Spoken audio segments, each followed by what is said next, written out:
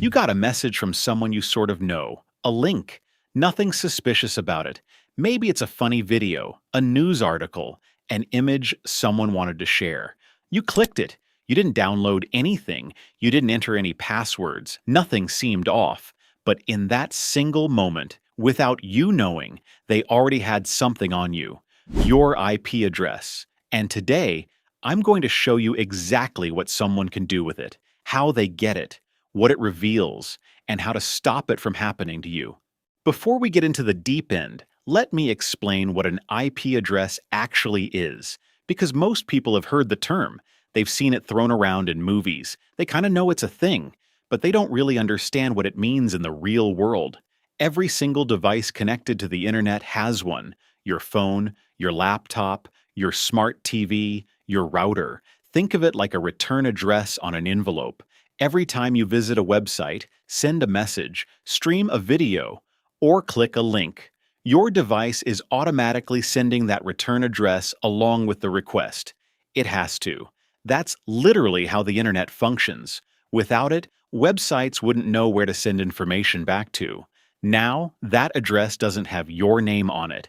It doesn't have your exact home address, but it has more than most people realize. Here's what a typical IP address looks like. Just a string of numbers, something like 192.168.1.105. Doesn't look like much, right? But the right tools that are completely free, available to anyone, can pull a surprising amount of information from that string of numbers. No hacking skills required. Let me show you how this actually works. Let's paint a picture. You're talking to someone online. Could be Discord, could be Instagram DMs, could be a gaming lobby. Doesn't matter. They seem normal, friendly even. You've been talking for a while. Then they send you a link. Hey, check this out. Thought you'd find this funny. You click it. The page loads normally. Nothing weird happens. You watch the video or read the article, and you move on. Here's what happened on their end the moment you clicked. A tool sitting silently behind that link, invisible to you, logged your IP address the instant your browser made contact. It also captured the exact time you clicked, your browser type, your operating system, whether you're on mobile or desktop, and your approximate location, all of that from one click in under a second. Now, this isn't just something shady people do. Email marketing companies do this, corporations do it, advertisers do it. It's happening to you constantly. Most people just don't know it exists. But in the wrong hands, this information takes on a very different meaning. Let me give you a second scenario. You're selling something on Facebook Marketplace. A stranger messages you, interested in buying. They ask you to check out a photo of something they want to trade, send you a link. You click it. They now know your city, your ISP, your approximate neighborhood, and they know you're the person selling that item in that area. Right now, starting to see why this matters? Okay, let me show you this for real. I'm doing this entire demo on my own IP address, so you can see exactly what this looks like in practice. Step 1. Finding my public IP. I'm going to whatismypadress.com. There it is. That string of numbers is my public IP right now.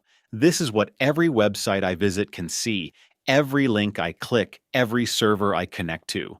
Now let's see what someone can actually pull from this. I'm going to ipinfo.io, completely free, no login required. Look at what comes back. City, region, country, my ISP, the company I pay for internet, coordinates, latitude, and longitude. Now here's something interesting. Watch what happens when I turn on my VPN. Different IP entirely. Now run the same lookup. Different city, different country, different ISP. None of it is me. The trail goes cold. That's what a VPN actually does. We'll come back to that. Now, let me show you how someone grabs your IP in the first place. This is the part most people have never heard of. This is called an IP logger. Grabify is one of the most well-known ones, and it's completely public. Anyone can use it right now.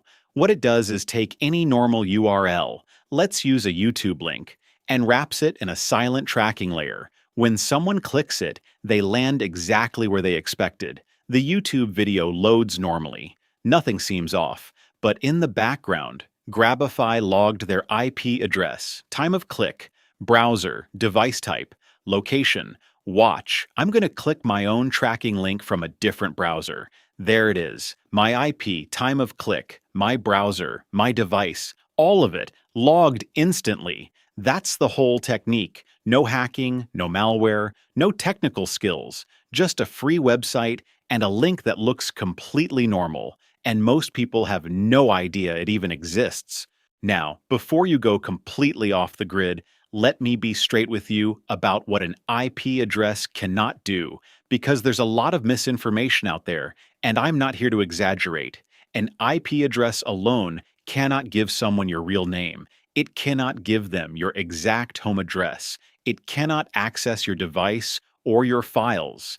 It cannot install anything on your system. And it is not enough on its own to hack your accounts. So no, someone knowing your IP is not the end of the world. But here's the thing, and this is the part people miss. It's a starting point. For someone who knows what they're doing, a starting point is all they need. Your IP gives them your city. Your ISP tells them something about you. Your username on that gaming forum tells them something else. The photo you posted on Instagram with a location tag fills in another piece. The Facebook profile with your workplace completes the picture. Individually, none of these are dangerous. Combined, they build a profile. This is called OSINT, Open Source Intelligence. It's how investigators, journalists, and yes, bad actors piece together detailed profiles on real people using nothing but publicly available information. That's a deep rabbit hole, and we're going all the way down it in the next video.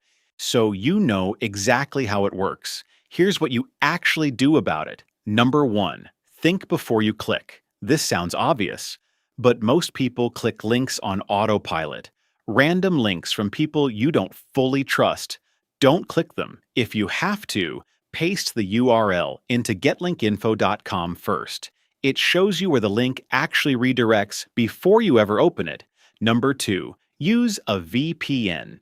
You saw what happened in the demo the moment I turned mine on.